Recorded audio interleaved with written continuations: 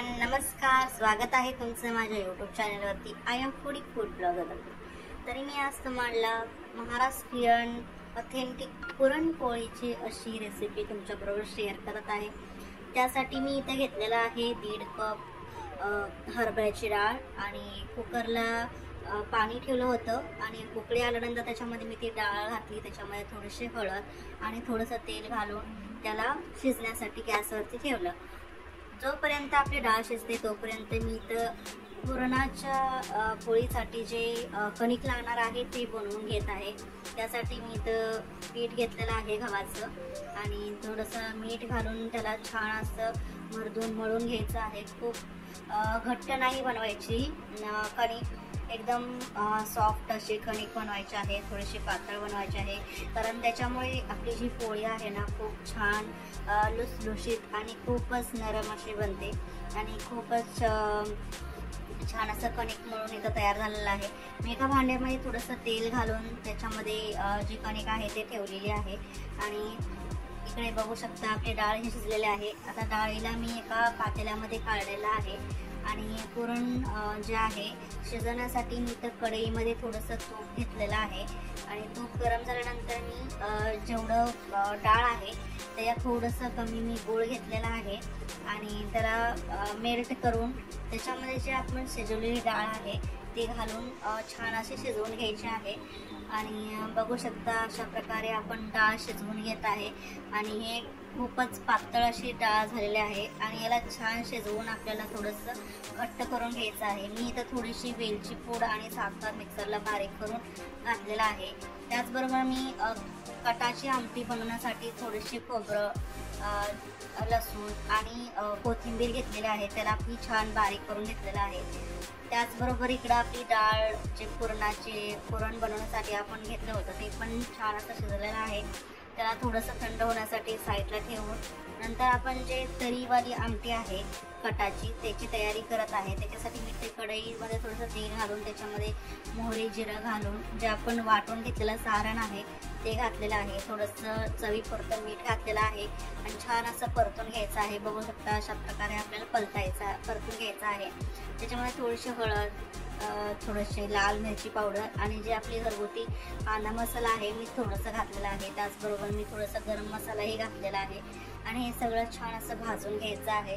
भाजल्यानंतर मी ह्याच्यामध्ये डाळीचं जे गाळून काढलेलं पाणी होतं त्याच्यामध्ये मी ॲड केलेलं आहे. प्लस मी ह्याच्यामध्ये 1 ग्लास गरम पाणीही घातलेलं आहे आणि याला छान असं हलवून घेऊन शिजवायचं आहे. मी इथं बारीक कट करून कोथिंबीर घातलेली आहे. त्याच्याने स्वाद खूपच छान येतो आणि ही आमटी खूपच भारी होते आणि उकळी येईपर्यंत ह्याला शिजवून घ्यायचं आहे. हे बघा अशा प्रकारे आपली आमटी तयार झालेली आहे कटाची. त्याचबरोबर मी इथं जे पुरण आपण शिजवून घेतलेलं आहे त्याला मी बारीक करून घेत आहे आणि अशा प्रकारे हे पुरण पूर्ण आपल्याला चाळणीने किंवा जर तुम्हाला चाळणीने होत नसेल तर तुम्ही मिक्सरलाही लावू शकता. अशा प्रकारे आपण जे पुरण आहे ते वाटून घेतलेलं आहे आणि हे आपलं पुरण तयार झालेलं आहे पोळीसाठी. आता पोळी बनवण्यासाठी जे कणिक आहे त्याचा एक गोळा घेतलेला आहे. त्याला असं शेप द्यायचा आहे आणि अशा शेप दिल्यानंतर जे आपलं पुरण आहे त्याला असं गोळा बनवून आपण जे कणिक घेतलेलं आहे त्याच्यामध्ये भरून घ्यायचं आहे. अशा प्रकारे आपण पुरणाचं जे वाटण आहे ते कणकीमध्ये असं भरून घ्यायचं आहे आणि मी जसं करते ना तशा प्रकारे तुम्ही करून घेतलं ना खूपच छान असं पोळी येते, फुटणार नाही. आणि थोडंसं पीठ लावून मी याला लाटून घेत आहे. पोळी लाटताना जास्त असं दाबून किंवा जोराने नाही त्याला लाटायचे, एकदम हलक्या हाताने असं लाटून घ्यायचं आहे जेणेकरून आपली पोळी फुटणार नाही आणि खूपच छान अशी पोळी होईल. आता इथं तवा गरम झालेला आहे आणि त्याच्यामध्ये मी जे पोळी आहे ते टाकलेली आहे.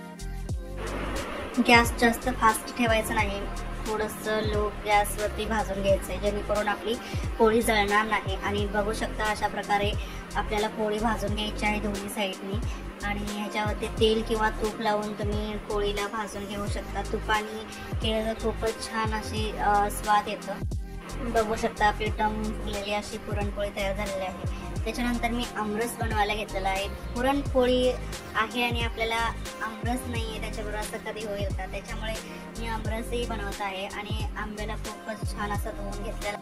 पुरणपोळी बरोबर आमरस खूपच भारी असं कॉम्बिनेशन आहे पुरणपोळी आणि आमरसचं. त्याच्यासाठी मी तर आंबे धुवून घेतलेले आहे स्वच्छ करून आणि मी हाताने थोडेसे त्याला नरम करून घेत आहे, जेणेकरून त्याचा गर आहे ना खूप छान असा निघून येईल.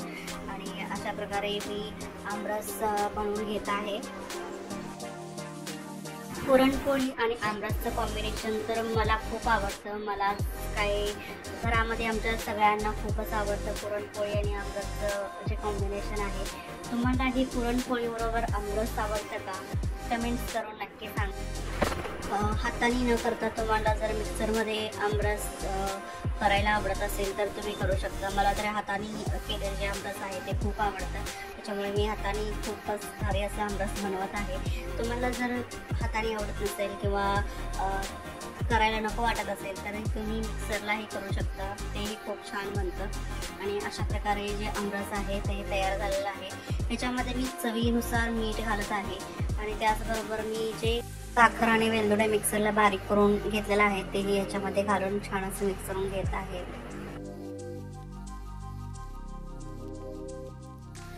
जी रेसिपी आहे ते तयार झालेलं आहे. मी इथं प्लेटिंग करून घेत आहे. व्हिडिओ आवडल्यास लाईक, शेअर आणि सबस्क्राईब नक्की करा. थँक्यू.